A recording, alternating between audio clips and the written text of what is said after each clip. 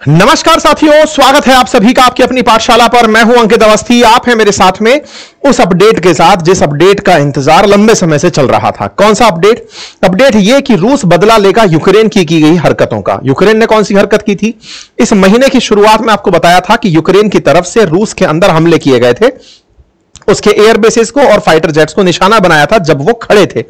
उसके रिटेलिएशन में आज एक हमला देखा गया है और वो हमला अब तक का, यानी रशिया यूक्रेन के बीच में चल रहे झगड़े को अगर 3 साल हो चुके हैं तो इस 3 साल का सबसे बड़ा ड्रोन हमला सिंगल नाइट में इसे माना जा रहा है।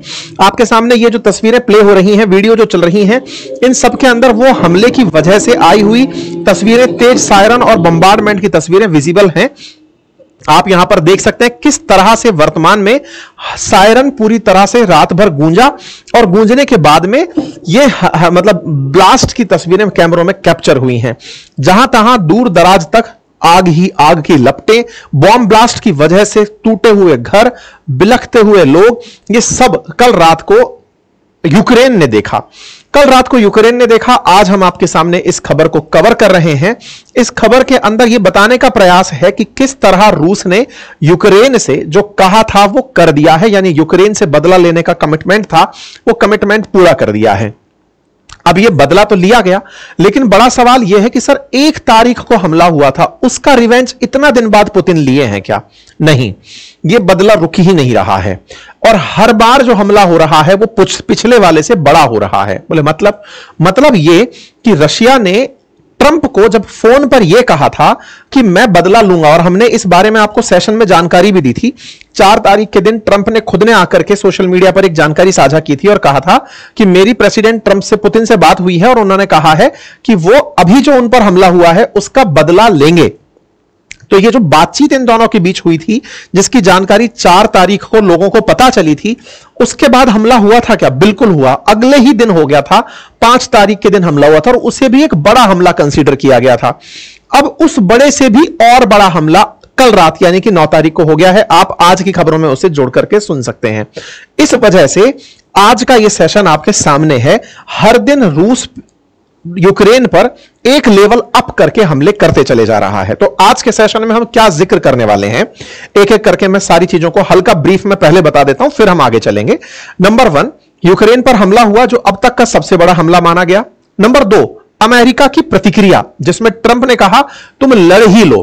नंबर 3, पोलैंड के अंदर बढ़ती चिंता जिसमें पोलैंड कह रहा है कि बेहतर है कि अब हम अपने आप को बचाना शुरू करें क्योंकि रूस ने लगभग पूरे यूक्रेन को ही टारगेट बना लिया है। इसके चलते पोलैंड ने अपने देश से फाइटर एयरक्राफ्ट उड़ाकर अपनी सीमा को सुरक्षित करने के लिए रिहर्सल करना शुरू कर दिया है। नंबर 4, नाटो के द्वारा रूस को दी गई धमकी, और नाटो का वो कौन सा देश जिसे सबसे ज्यादा चिंता इस बात की सताई कि अब हम पर हमला हो सकता है। और चर्चा है आज के सेशन में, रूस ने यूक्रेन के किस शहर पर कर लिया है कब्जा, क्योंकि अल्टीमेटली रशिया का ऑफिशियल अनाउंसमेंट आना बाकी है। यूक्रेन को समझ में आ चुका है कि हमारा एक शहर इनके कंट्रोल में जा चुका है। यूक्रेन के अंदर चर्चा है कि सन 2026 तक यूक्रेन के लगभग आधे हिस्से पर रूस कब्जा कर लेगा और 2029 में नाटो के किसी और देश को निशाना बनाएगा। ये सारी बातें आज के सेशंस में, और सबसे लास्ट में वो अपडेट जिसमें दोनों देशों ने एक दूसरे के सैनिकों को अदला बदली करना शुरू कर दिया है। तो सारी बातों को कवर करते हुए आज के सेशन में आगे बढ़ेंगे, लेकिन उन सबसे पहले हेडिंग्स को देखते हुए एक खास जानकारी ये कि यदि आप अपनी पाठशाला एप्लीकेशन पर मेरे साथ हिस्ट्री, ज्योग्राफी, पॉलिटी, इकोनॉमी पढ़ना चाहते हैं तो बेहतरीन कंटेंट उपलब्ध है। जाइए, हिंदी और इंग्लिश दोनों भाषाओं में कंटेंट उपलब्ध है। बेहतरीन वीडियोस कुछ इसी तरह से डाले हुए, आप उन्हें जाकर एक्सेस करें। जो पढ़ाया गया है उस कंटेंट को अपने घर पर मंगा सकते हैं हैंड रिटन नोट्स के फॉर्मेट में। साथ ही साथ अगर आप RAS के हैंड रिटन नोट्स चाहते हैं आप उन्हें भी ऑर्डर कर सकते हैं। आइए साथियों, तो बढ़ते हैं और जानने का प्रयास करते हैं कि क्या कुछ हुआ। शुरुआत है रूस यूक्रेन के बीच में हुए 479 ड्रोन के हमले की, जिसमें यूक्रेन के डिफेंस ने लगभग 277 ड्रोन्स और 19 मिसाइलों को मार गिराया, यानी न्यूट्रलाइज कर दिया। रूस ने अपने दावे किए, यूक्रेन ने अपने दावे किए। तस्वीर स्वतः बयान कर रही है कि यूक्रेन पर काफी सारे हमले हुए हैं। यूक्रेन खुद कह रहा है कि रशिया ने हम पर 479 ड्रोन दागे थे, जो कि बिगेस्ट ओवरनाइट ड्रोन बॉम्बार्डमेंट है जब से इन दोनों के बीच में यह वॉर शुरू हुआ है। अगर आप इस मैप को ध्यान से देखें तो आप इस मैप को समझ पाएंगे। तो यहां पर देखने वाली बात कुछ इस तरह से है। क्या है? ये वाला जो क्षेत्र दिखाई दे रहा है क्रीमिया, अब ये तो पूरी तरह से कब्जे में आ चुका है रूस के। क्रीमिया के क्षेत्र में ही कर्च वाला अपन ने ब्रिज वाला मामला सुना था। ये लोहांस्क डोनास्क वाला जो क्षेत्र है, इस पर ये लगभग पूरा कब्जा कर चुके हैं। अब इस क्षेत्र से निकल करके इन क्षेत्रों पर अटैक हो रहे हैं। ये पूरा यूक्रेन अगर मैप पर थोड़ा सा भी आपको विजिबल हो रहा हो, क्योंकि आउटलाइंस थोड़ी लाइट हैं, तो ऐसे में अगर ये यूक्रेन आपको विजिबल हो रहा हो तो आप देख करके अंदाजा लगा सकते हैं कि इस यूक्रेन में लगभग उस पूरे क्षेत्र को जिसको सुरक्षित माना जाता था, उसके नॉर्थ और वेस्टर्न क्षेत्र को मध्य से लेकर एंड तक टारगेट किया गया है। इसके आगे तो पोलैंड जुड़ जाता है, तो पोलैंड ही बचा है। बाकी इन सब क्षेत्रों में इनके द्वारा हमले हो गए हैं। इनमें ईरान द्वारा बनी शाहिद मिसाइल भी, शाहिद जो ड्रोन है वो भी हमले के अंदर यूज किया गया है। बड़ी संख्या में उसका उपयोग हुआ, यानी ईरान के जो ड्रोन्स हैं वो यूक्रेन पर हमले में उपयोग में लिए जा रहे हैं। अब जब आप यहां तक हमला कर रहे हो तो इसका मतलब पोलैंड ज्यादा दूर नहीं बचा, तो पोलैंड वाले अपनी चिंता में गुजर रहे हैं। साथ ही साथ में कीव को तो आपने छेद दिया है, पूरी तरह से कीव के अंदर हमले ही हमले कर दिए गए हैं। ये तस्वीरें अपने आप में कल रात और आज सुबह की तस्वीरें हैं जो बयान करती हैं कि बड़े लार्ज संख्या में ये हमले हुए हैं और उनका रिहायशी इलाकों के अंदर इंपैक्ट हुआ है। बड़ी संख्या में लोगों के हताहत होने की सूचना है। ऐसे में बड़ा सवाल यह कि अचानक यह हमला क्यों बढ़ा। जो सेशन में आज ही पहुंचे हैं उन्हें मैं बता दूं कि इन महाशय ने 1 तारीख के दिन स्पाइडर वेब नाम से अपना एक ऑपरेशन किया था रशियन टेरिटरी के अंदर, और उस रशियन टेरिटरी में इन्होंने रूस के कुछ पर्टिकुलर एयरफील्ड्स को और वहां पर खड़े हुए फाइटर जेट्स को या फिर बॉम्ब गिराने वाले जहाजों को निशाना बनाया था। 5 एयरबेस को इन्होंने निशाना बनाया था और उसका परिणाम यह निकला कि इन क्षेत्रों में खड़े हुए जो भी बड़े इनके पास के फाइटर जेट्स, बॉम्बार्डमेंट के जो हवाई जहाज थे, उनको नुकसान पहुंचा था। उस नुकसान के बाद जेलेंस्की बहुत खुश हुए थे और इसको बड़ा ही ब्रिलियंट अटैक बताते हुए कहने लगे थे कि हमने 40 रशियन जेट्स को मार गिराया है। जेलेंस्की ने पूरी दुनिया में अपनी वाही इस बात पर कमाई थी कि हमने एब्सोल्युटली ब्रिलियंट रिजल्ट प्रोड्यूस किया है। हमने अपने 1 साल 6 महीने की मेहनत में 9 दिन लगातार 1 साल 6 महीने 9 दिन लगकर रूस के अंदर इतना बड़ा हमला किया है जिससे रूस स्तब्ध रह गया है। यह घटना अंजाम दी गई थी 1 तारीख को, जानकारी लोगों के बीच 2 तारीख को आई। साथ ही साथ इन्होंने कर्च ब्रिज जो है जिससे कर्च को रूस से कनेक्ट किया जाता है उसको भी टारगेट किया था, इसकी सूचनाएं भी आ गई थी। इसके बाद में ट्रंप को लगने लगा था कि पुतिन बुरा वाला मारेंगे, लेकिन एक बार पूछ लेते हैं कि भैया मारने वाले कब हो। इन्होंने कहा कि जल्दी ही मारेंगे, तो ट्रंप ने जनता को बताया कि जल्दी ही मारने वाले हैं। कौन मारने वाला है? बोले पुतिन मारेंगे यूक्रेन को। इन्होंने जनता को अपनी तरफ से ये पूरी सूचना दे दी, जनता को सूचना दी, हमने आपको दी। इस तरह से हमने अपनी तरफ से पूरी जानकारी आपको दी और ये जानकारी साझा करते हुए हमने बता दिया था कि एक बढ़िया कन्वर्सेशन इनका पुतिन से हुआ है, ट्रंप ने कहा, और उन्होंने कहा है कि बहुत स्ट्रांग हम अटैक करेंगे यूक्रेन के ऊपर। जानकारी सबको आई। इसी सेशन में मैंने आप लोगों से भी पूछा था कि बताइए कहां हमले हो सकते हैं। उसमें से आप में से बहुत सारे साथियों ने हमें अपने कमेंट में बताया था कि सर कीव पर हमला हो सकता है। कुछ लोगों ने डेट तक बताई थी कि 10 तारीख से पहले रूस बदला जरूर लेगा, यह बदला बहुत खतरनाक होगा, यूक्रेन के मिलिट्री बेस पर हमला हो सकता है, खतरनाक मिसाइल हमला हो सकता है। मतलब यह तो तय था। कुछ लोग न्यूक्लियर वॉर तक पहुंच गए थे कि हमारी जो ऑडियंस है वो इस बात से सहमत थी कि यूक्रेन से बदला जरूर लिया जाएगा। इस सेशन के कमेंट में जो आपने अपनी प्रतिक्रियाएं दी थी उन प्रतिक्रियाओं में से कुछ को मैं यहां पर लेकर आ गया हूं, जिसका सेंस जो डिराइव हो रहा था वो यही था कि रूस बदला लेगा और बदला लेते हुए कीव को निशाना बनाएगा, बड़ा हमला होगा, मिसाइलों से हमला किया जाएगा, बदला जरूर होगा। मतलब आप सबने अपनी तरफ से जो परसेप्शन निकाल कर दिया था वो दिखने भी लगा। सबसे पहले वो दिखाई दिया था 6 तारीख को और फिर दिखाई दिया 9 तारीख को। 9 तारीख को 479 ड्रोन की खबर बड़ी बनी क्योंकि इन्होंने जो कहा था वो किया, यानी कि ट्रंप खुद ये मानकर तैयार हो गए थे कि कुछ नहीं हो सकता, इन्हें रोकने के सारे प्रयास मेरे निष्फल रहे और इन्होंने बढ़िया से अपनी तरफ से हमले किए। जेलेंस्की खुद इस जानकारी को 6 तारीख को भी देने आए और 9 तारीख को भी देने आए।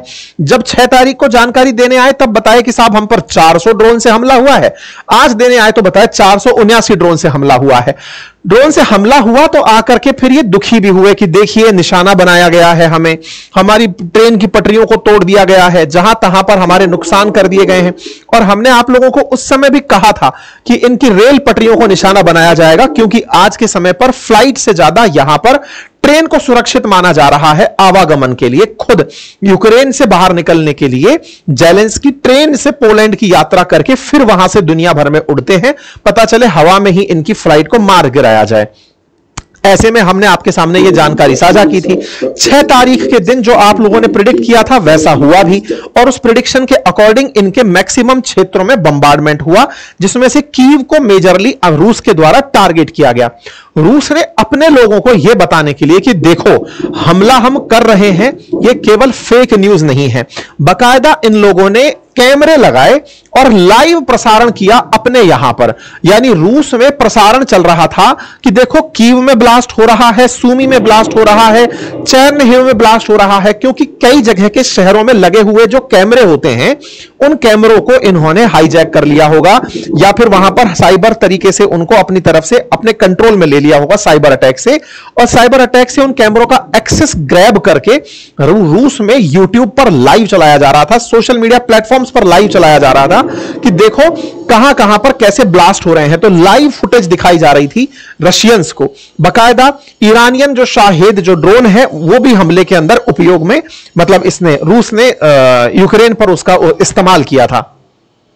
जेलेंस्की ने अपने द्वारा इस बात को लोगों को बताया कि देखो साहब हमें बहुत बुरा मार रहे हैं, बहुत बुरा मार रहे हैं। लोगों को लगा कि चलो 6 तारीख को पिट लिए, अब नहीं मारा जाएगा। उस समय पर यह काफी ज्यादा सुर्खियां बड़ी होने लगी। लेकिन 6 तारीख से अगले ही दिन, मतलब आज की खबर जो आप सुन रहे हैं वो अब 9 तारीख की रात की खबर है। 10 तारीख को हम चर्चा में इसे ले रहे हैं। उस दिन से भी बड़ा हमला इन्होंने कल रात को कर दिया है, और कल रात का यह हमला फिर से एक सुर्खी बन गया है, जिसमें फिर से कीव और ओडिशा जैसे प्रमुख जगहों को टारगेट बनाया गया है। लार्ज स्केल पर ड्रोन अटैक हुए हैं, रूस के द्वारा यह हमले किए गए हैं।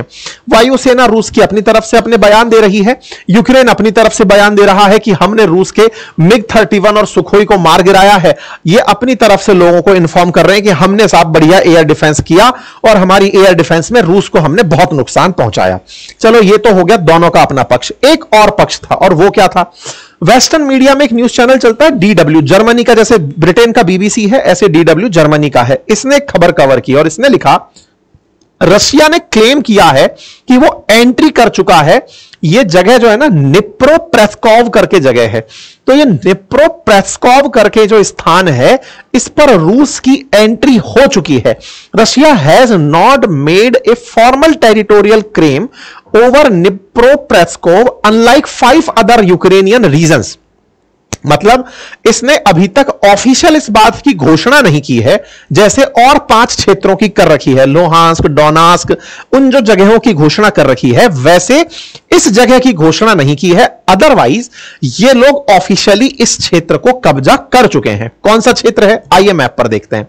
देखिए 1 2 3 4 5, इन 5 क्षेत्रों पर तो ऑलरेडी ये कब्जा कर चुका है।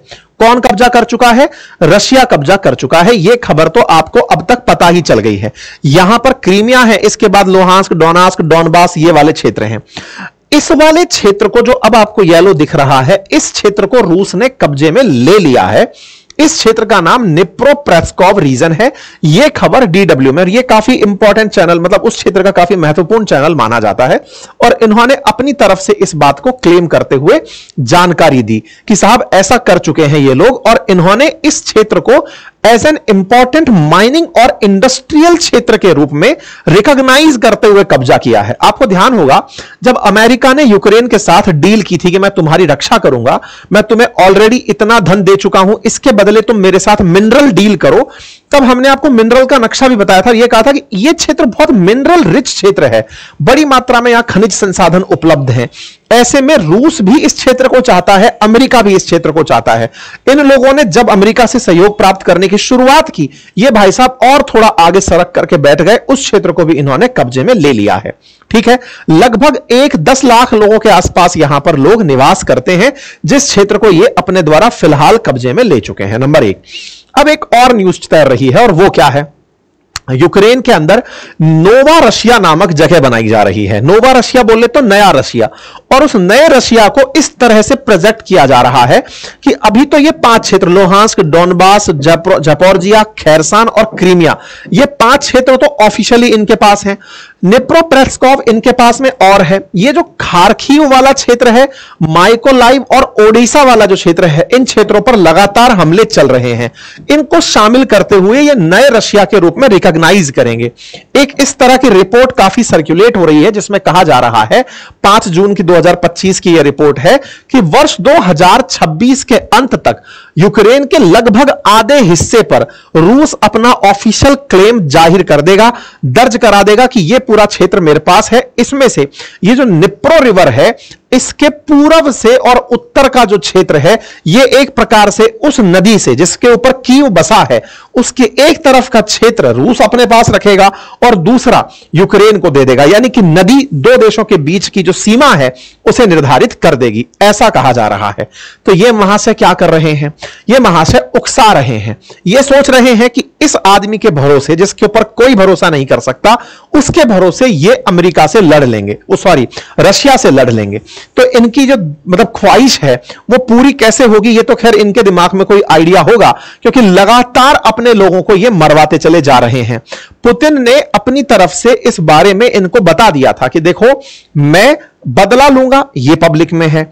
अब बदला लेने की कार्रवाई में उकसावे का काम ये कर दिए, क्योंकि जब आए थे शुरुआत में तो कहे थे कि इन लोगों के बीच में मैं सारी तरह से समझौता करा दूंगा। अब समझौता करा नहीं पाए, रूस बराबर इनसे हमले करके अपडेट लिए जा रहा है। जेलेंस्की अपनी तरफ से शरणागति में गए कि त्राहिमाम प्रभु बचाइए हमें, तब बचाने के लिए पहुंचे तो ऐसे में ट्रंप का बयान आ जाता है। ट्रंप अपनी तरफ से कहते हैं, अच्छा यह बयान हाईलाइट नहीं हुआ, ज्यादा हाईलाइट क्यों नहीं हुआ उसके पीछे की कहानी भी बताऊंगा। असल में क्या हुआ, 4 तारीख के दिन पुतिन से इनकी बातचीत हुई, 5 तारीख के दिन इनसे मिलने चले आए थे जर्मनी के चांसलर, ट्रंप से मिलने चले आए। जर्मनी के चांसलर से ट्रंप अपनी बातचीत कर रहे थे, हमने भी वो बात ज्यादा कवर नहीं करी। क्यों नहीं करी? उस दिन ये मस्क से लड़कर बैठे थे, तो मस्क से जब इनकी फाइट चल रही थी तो पूरी मीडिया ट्रंप और मस्क की कहानियों पर चल रही थी। रशिया यूक्रेन उस समय चर्चा में ही नहीं था। मुद्दा यह हुआ कि दुनिया की मीडिया मस्क और ट्रंप पर इतना फोकस थी कि जब 5 तारीख के बाद 6 तारीख को यूक्रेन पर हमले हुए थे तो वो कवरेज में ही नहीं जा पा रहे थे। सोच रहे थे कि हाँ ठीक है, हो गया। क्यों? क्योंकि ज्यादा बड़ा यह चल रहा था कि ट्रंप का मस्क या मस्क का ट्रंप क्या नुकसान पहुंचा सकते हैं, वो ज्यादा बड़ी खबर बनी हुई थी। एनीवे, उस दौरान इन माननीय ने यह भी पब्लिक में अनाउंस किया था कि देखो, रशिया यूक्रेन के मामले पर मैंने अपनी एक थॉट बना ली है। बोले क्या बनाई है माननीय, बताइए। बोले जैसे कभी किसी पार्क में 2 बड़े बच्चे झगड़ा कर लें तो उन्हें शांत नहीं कराना चाहिए, उन्हें लड़ने देना चाहिए। उनसे कहना चाहिए कि जाओ और ढंग से लड़ लो एक बार के लिए। Sometimes you are better off letting them fight. तो प्रभु ये आपको अब क्यों चेता? आपने पूरे चुनाव प्रचार में एक ही लाइन कही थी, और लाइन यही थी कि मैं आते ही सीज फायर करा दूंगा। आपके सीज फायर के प्रयास विफल हो गए तो भारत पाकिस्तान के सीज फायर का क्रेडिट आप लेने भागे, क्योंकि आपको पता था कि भारत पाकिस्तान कहीं ना कहीं से आपसे थोड़ा लिहाज तो रख ही लेंगे, क्योंकि सबके अपने व्यापारिक हित है, जिसको आप बार बार अनाउंस कर रहे हैं कि टैरिफ के चक्कर में, ट्रेड के चक्कर में मैंने ये काम करा दिया है। रशिया आपसे दबा नहीं, क्योंकि आप पहले ही उस पर इतने सैंक्शन लगा चुके हैं कि ऐसे में उसको आपसे कोई लालच दिखा नहीं। यूक्रेन आपके साथ पहले ही बिक चुका है, तो वो आपसे कैसे ही मान लेगा। ऐसे में आपका ये जो बयान आना है कि अगर ये नहीं मान रहे हैं तो लड़ लेने दो, मैंने खूब समझा लिया, ये बिल्कुल वैसी वाली बात है जैसे आप भी अपने घर में कई बार देखते हैं किसी को समझा रहे हैं, वो नहीं मान रहा है तो आप भी शांत होकर बैठ जाते हैं कि चलो छोड़ भाई, लड़ लो एक बार, ढंग से लड़ लो। तो ये जो ढंग से लड़ने की इजाजत दे चुके हैं, जो हेडलाइन बन चुकी है, ये इन माननीय ने इन्हीं की प्रेजेंस में कही थी। तो उस दिन ये कह बहुत सारी बातें रहे थे, उनमें से बड़ी बात ये जो मैंने आपके सामने रखी है, और मस्क वाली बात भी यही कह गए थे कि मस्क के साथ में सब कुछ ठीक नहीं चल रहा है और जो भी बातें रही वो दुनिया में आई। तो ये भाई साहब अपनी बातें कहे, वो सुर्खियां बनी, लेकिन सुर्खियों में मस्क ज्यादा बड़ी सुर्खी थी। खैर, फिलहाल के लिए रशिया यूक्रेन दोनों समझ चुके हैं। यूक्रेन को भी समझ में आ गया कि अमेरिका हमें नहीं बचाएगा, और रूस को भी समझ में आ गया कि अब ये मान चुके हैं कि मैं मानने वाला नहीं हूं। ठीक है साहब, अपनी तरफ से ये सारे हथकंडे अपना चुके हैं, धमका चुके हैं कि मैं बहुत बुरा कर दूंगा, मैं ये कर दूंगा, वो कर दूंगा। कुछ हो नहीं रहा है। ठीक है, तो ट्रंप ने अपनी पलटी मारी। इस बात से इनको तो निश्चित ही परेशानी होनी है कि एक तो बिठाकर आप बेइज्जत किए, कहे कि मैं सीज फायर कराना चाहता हूं, तुम चाह नहीं रहे हो, फिर मैं आपको अपना आधा देश बेच दिया, उसके बावजूद भी आप जो है मान नहीं रहे हो। तो इनके साथ में वाकई में मजाक करने वाले व्यक्ति के साथ बहुत बड़ी मजाक ट्रंप कर दिए। इसी बीच में पोलैंड की टेंशन बढ़ी। पोलैंड ने कल जब ये हमले हुए तत्काल प्रभाव से पैनिक में अपने जो फाइटर जेट्स हैं उनको हवा में उड़ाया, और फाइटर जेट्स को उड़ा करके कि भैया देखो, अगर गलती से ये सीमा क्रॉस करके हमारे अंदर बम गिरा दिया रशिया, इसकी तरफ से तो मजाक हो जाएगा कि oh my God, so sorry, आपके क्षेत्र में बम चला गया था क्या? मैं तो यूक्रेन को अंत तक मार रहा था, लेकिन ये क्रॉस करके आप में चला गया, इसके लिए मैं क्षमा प्रार्थी हूं।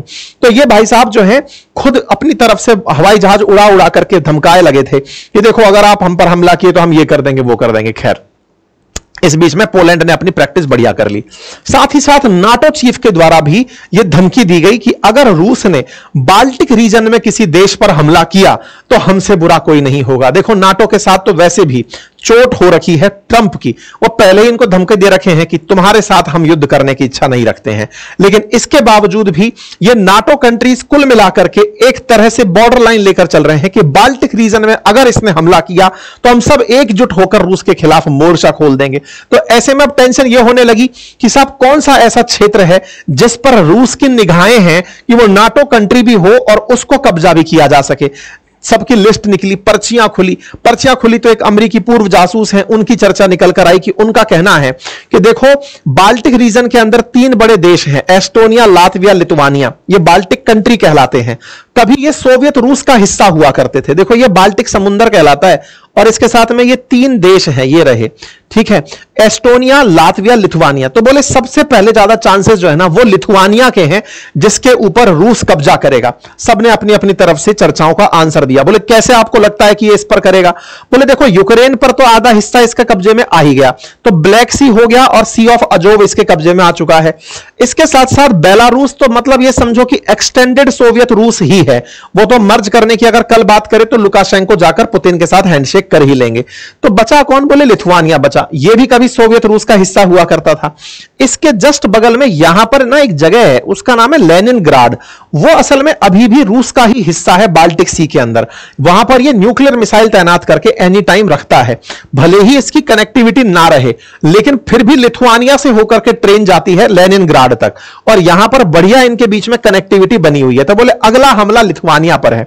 लिथुआनिया इज्जत बचाकर नाटो में शामिल हुआ था, तो इनका मानना है कि लिथुआनिया तो मजबूरी है रूस के लिए लेना, ताकि लेनिनग्राड से सीधा उसका बाल्टिक सी के अंदर एंट्री हो पाए। क्योंकि अभी जो ये वाला क्षेत्र है ना, बहुत ही छोटा इसको एंट्री मिलता है इसमें बाल्टिक सी के अंदर रशिया को। तो इस क्षेत्र में रूस का इस यूरोपियन सी के अंदर एंट्री के लिए बहुत ज्यादा काम का देश रहने वाला है, उसका नाम है लिथुआनिया। अगर इसे इन क्षेत्रों में आना है, मतलब किस क्षेत्र में? ब्लैक सी वाले क्षेत्र में आना है, तो उसने यूक्रेन पर कब्जा करके जिन क्षेत्रों पर कब्जा किया है उससे ब्लैक सी में बढ़िया एंट्री उसको मिल गई है। ठीक है साहब, तो कुल मिलाकर के लिथुआनिया अगला टारगेट है। तो लिथुआनिया की टेंशन बढ़ रही है, इसलिए खबर बन रही है कि 2029 तक नाटो कंट्री के ऊपर यह हमला कर सकते हैं। और इसके लिए जर्मनी टेंशन में है कि भैया सेना बढ़ा लो, अगर हम पर हमला हुआ तो बचेंगे कैसे? नाटो को तो एकजुट रहना है। क्या पुतिन पर यह विश्वास किया जा सकता है कि लिथुआनिया पर हमला करेंगे? बिल्कुल, क्योंकि ये पहले से 1991 से खार खाए बैठे हुए हैं। 1991 तक यूएसएसआर एक ही देश हुआ करता था। 1991 में टूटने के बाद 15 देश बने। उन 15 देशों में से ये यूक्रेन भी है, तो बेलारूस भी है, तो लातविया, लिथुआनिया, ये सब भी हैं। साथ में ये सेंट्रल एशियन कंट्रीज भी हैं। ये सारे देश जब सोवियत रूस से निकले थे, पुतिन का मन है कि कभी रूस वापस सोवियत रूस बने, और 1991 से पहले वाला वो बन बनकर आए, ये कई बार इस तरह की मंशा जाहिर कर चुके हैं। ऐसे में लिथुआनिया का नंबर अगला होगा, यह बात देखने लायक होगी। खैर, फिलहाल के लिए तो चर्चा इसी बात पर है कि इन लोगों के बीच यूक्रेन के साथ जो मामला चल रहा है, कंट्रोल में ये किसी के नहीं आ रहा है। इस बीच में थोड़े दिन पहले जो तुर्की के अंदर जो टेबल टॉक हुई थी, तुर्की के अंदर टेबल टॉक में क्या था, तुर्की में जब टेबल टॉक हुई थी तो यह तय हुआ था कि दोनों अपने जो युद्ध बंधक हैं उनको, प्रिजनर्स ऑफ वॉर जो हैं उनको एक्सचेंज करेंगे। क्या प्रिजनर्स ऑफ वॉर का एक्सचेंज हुआ? बिल्कुल हुआ। तो कल ही जिस समय गोले गिर रहे थे उस समय रशिया यूक्रेन एक दूसरे के प्रिजनर्स ऑफ वॉर हैं उन्हें एक्सचेंज कर रहे थे। ये कुछ प्रिजनर्स ऑफ वॉर हैं जो रूस की तरफ से यूक्रेन को सौंपे गए और उनकी तस्वीरें बाकायदा जेलेंस्की ने जारी करते हुए कहा, वेलकम किया, घर में वापसी करवाई कि बढ़िया हो गया, हम लोगों ने अपने लोगों को वापस, युद्ध बंधकों को वापस बुलाया है। लेकिन इसके बीच में मजाक भी बनी। कुछ डेड बॉडीज जो थी जिन्हें भी रूस यूक्रेन को सौंपना चाह रहा था, यूक्रेन ने उनके बारे में मना कर दिया है, ऐसा सोशल मीडिया पर क्लेम किया जा रहा है। और ऐसे में क्लेम के साथ साथ हम आपको यह तस्वीर के माध्यम से बता रहे हैं कि लोग इनका आनंद इस बात पर ले रहे हैं। खैर, फिलहाल के लिए कुल जमा बात यह है कि इनको कंट्रोल करने की इनकी चाहत अब किसी काम की नहीं बची है। अब दुनिया को यह समझने की जरूरत है कि यह व्यक्ति जो पिछले 3 साल से यूक्रेन को युद्ध में झोंका हुआ है, इसे कब हटाया जाएगा, क्योंकि अतिरिक्त रूप से यह समय लेकर के राष्ट्रपति बना हुआ है और ऐसे में इसके प्रयास में आधा यूक्रेन लगभग खत्म हो चुका है। हजारों की संख्या में लोग विस्थापित हो चुके हैं, हजारों की संख्या में लोग मर चुके हैं, करोड़ों रुपए का, अरबों रुपए का नुकसान यूक्रेन को हो चुका है। वर्ल्ड में तमाम प्रकार की टेंशन आ गई है। यानी इकलौता एक व्यक्ति, अगर उसकी सोच में पहले दिन यह रहा होता कि वो नाटो के प्रति प्रेम नहीं दिखाता, अगर इसकी एक जिद यह कम रही होती कि मुझे नाटो में शामिल नहीं होना, तो दुनिया रशिया यूक्रेन वॉर नहीं देखती। इसकी यह चाहत कि मुझे नाटो में मिला लो, आज उसी नाटो ने इसको पूरी तरह से चांटों से पिटवाया है। ऐसी स्थिति में दुनिया को टेंशन मिली सो अलग, जिस तरह से प्राइस फ्लक्चुएट हुए, दुनिया में सैंक्शंस का दौर चला, पुतिन के खिलाफ लोग रहे, तमाम प्रकार की चीजें रही। ये सारी बातें एक व्यक्ति के थॉट प्रोसेस के कारण हुई। अब इसका रिवर्स थॉट भी रहता है कि साहब देखो कितना जुझारू है, हट नहीं रहा है, लेकिन अपने देश की रक्षा कर रहा है। कैसी रक्षा? जिस देश की रक्षा के नाम पर खुद सुरक्षित जीवन जी रहे हो, वर्ल्ड पॉलिटिक्स में छपास की बीमारी से पीड़ित चल रहे हो, जहां तहां देखो खुद को सुर्खी में ट्रंप की तरह। मतलब ये तो चलो अमेरिकी राष्ट्रपति है कि एक तरह से दुनिया की सुपर पावर का राष्ट्रपति है। तुम्हें युद्ध से पहले कोई नहीं जानता था और आज सब तुम्हें जानते हैं, चाहे G20 हो, चाहे G7 हो, चाहे दुनिया में कहीं बैठक हो, तुम जाकर पहुंच जाते हो। मतलब हालांकि ये पहले कॉमेडियन हुआ करता था, इसको टेलीविजन पर आने की और कैमरा के सामने परफॉर्म करने की बढ़िया प्रैक्टिस थी। अब ये प्रैक्टिस लंबी खींच गया भाई, तो लोग अपने अपने तरीके की प्रतिक्रियाएं दे रहे हैं। बाकी आप इस विषय पर क्या सोचते हैं, अपनी राय जरूर कमेंट बॉक्स के अंदर रखिएगा। फिलहाल के लिए इतना ही। चैनल पर नए हैं तो सब्सक्राइब कर लें, अपनी राय कमेंट बॉक्स में छोड़ें। और हां, अगर आप मेरे साथ जुड़कर पढ़ना चाहते हैं तो अपनी पाठशाला ऐप विजिट करें, वहां पर आपके लिए काफी सारे प्यारे कोर्सेज और हैंड रिटन नोट्स उपलब्ध हैं। Thank you so much.